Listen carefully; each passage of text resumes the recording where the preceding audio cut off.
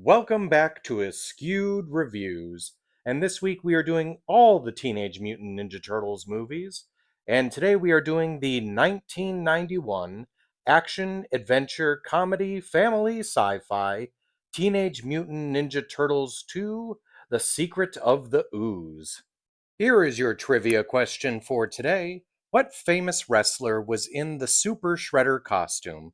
The answer will be at the end of this video. So at the beginning of this film, we meet Kino, who is a pizza delivery boy that ends up running into a bunch of criminals that are trying to rob a place. Now at first his martial arts skills seem to help out, but there ends up being a bit too many, and that's when the Teenage Mutant Ninja Turtles jump in and help him out. They manage to make short work of the criminals and then head off into the night. So currently, the Turtles are living with April O'Neil in her apartment as their sewer home is no longer safe. And April seems to have changed a bit since the last film. Oh, also, Splinter is also living at the apartment as well.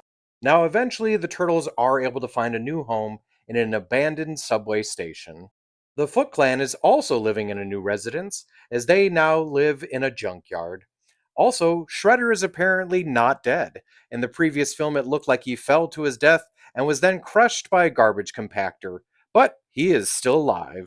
Around this point in the film, we find out that a chemical company called TGRI is responsible for making Splinter and the Turtles into what they are.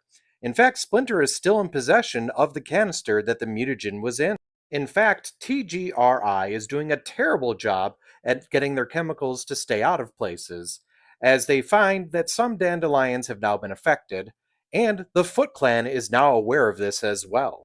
So the Foot Clan decides to kidnap Professor Perry and bring him to the Shredder so that he can use the mutagen to make mutants of their own to fight the turtles. So they create them out of a wolf and a snapping turtle named Razor and Toka. So will the Turtles, along with Kino, April O'Neil, Professor Perry, and even Vanilla Ice, be able to band together and take down Shredder and his mutant warriors? Steve Barron, who was the director of the first film, was replaced in this one by Michael Pressman. Kevin Eastman and Peter Laird, who created the Teenage Mutant Ninja Turtles, also wrote the script for the first film and the script for this one as well. They apparently did not enjoy working with Michael Pressman, as Pressman kept wanting to make things more like the cartoon series, and Eastman and Laird tried to make it different and more like the comics. For instance, Eastman and Laird did not want Shredder to appear in the second film and preferred to have him show up in a third one if possible, but Pressman wanted Shredder to be the main villain for this one. The original script by Laird and Eastman had Baxter Stockman as the main villain, with the Mousers showing up, and having the Rat King as a secondary villain in it as well. Pressman pushed really hard to get Bebop and Rocksteady into the film, but Eastman and Laird refused, so the compromise is that they would create the characters of Toka and Razor. And even though they weren't Bebop and Rocksteady, Toka and Razor would continue to show up in multiple different Turtles iterations. There was also a very different ending in the original script that I wish they would have kept in. It revealed that David Warner's character of Professor Perry was not actually human, but just a robotic shell that was housing an alien called an Utrom. This is also where the subtitle The Secret of the Ooze came from, as the secret was going to be that it was made by aliens. This idea was dropped as they were worried too many people would try to compare that Utrom to Krang from the cartoon series. So because they dropped the aliens, this also caused them to make changes to the name of the company. So in the comics, it's TCRI, which stands for Techno Cosmic Research Institute, while in the movie, it's TGRI for Techno Global Research Industries. Another big change that occurred is due to the fact that the first movie received quite a bit of backlash as it was considered too violent. They made some changes where in the second film, you rarely see the turtles use any of their weapons, and they dropped Casey Jones because he was considered too violent and weapon wielding, and this is why they brought in Kino to be the sidekick this time, as he just used martial arts. And the specific reason they chose Ernie Reyes Jr. is he had been a stuntman for Donatello in the first film, and the producers really liked him. Another big difference you probably noticed is that there's a new April O'Neil.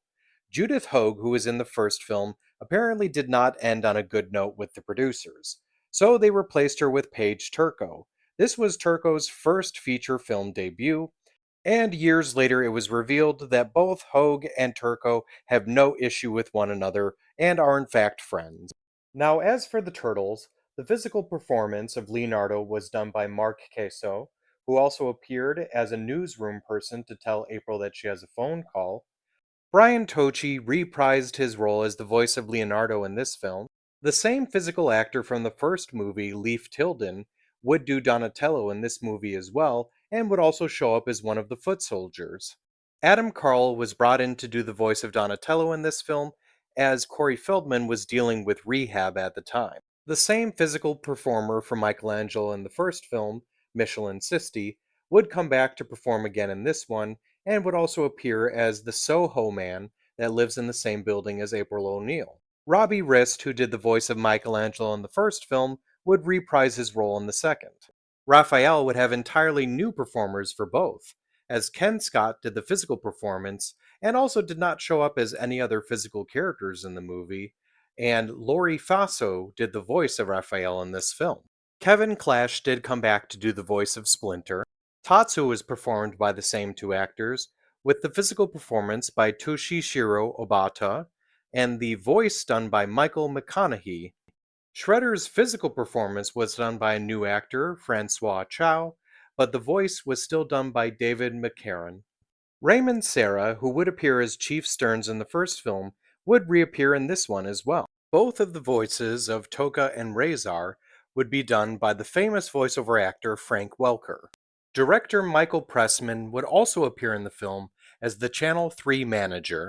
Here's a fun little cameo that you might not have known about. Michael J. White actually appears as a Foot Clan recruit.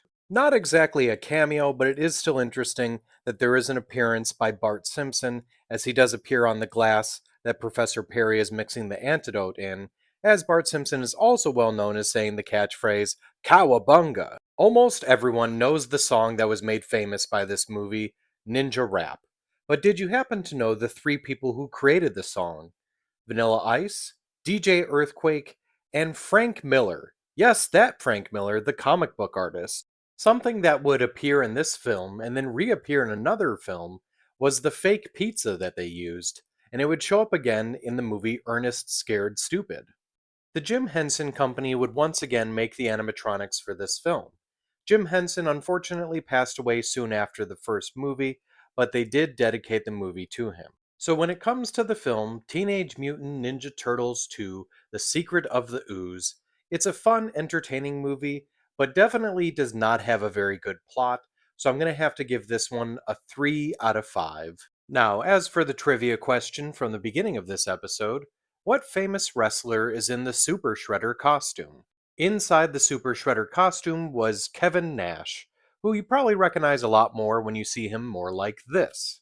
I hope you enjoyed this episode of Askewed Reviews. If there's a movie you'd like to see get a review, just mention it in the comments. And as always, like, comment, share, and subscribe.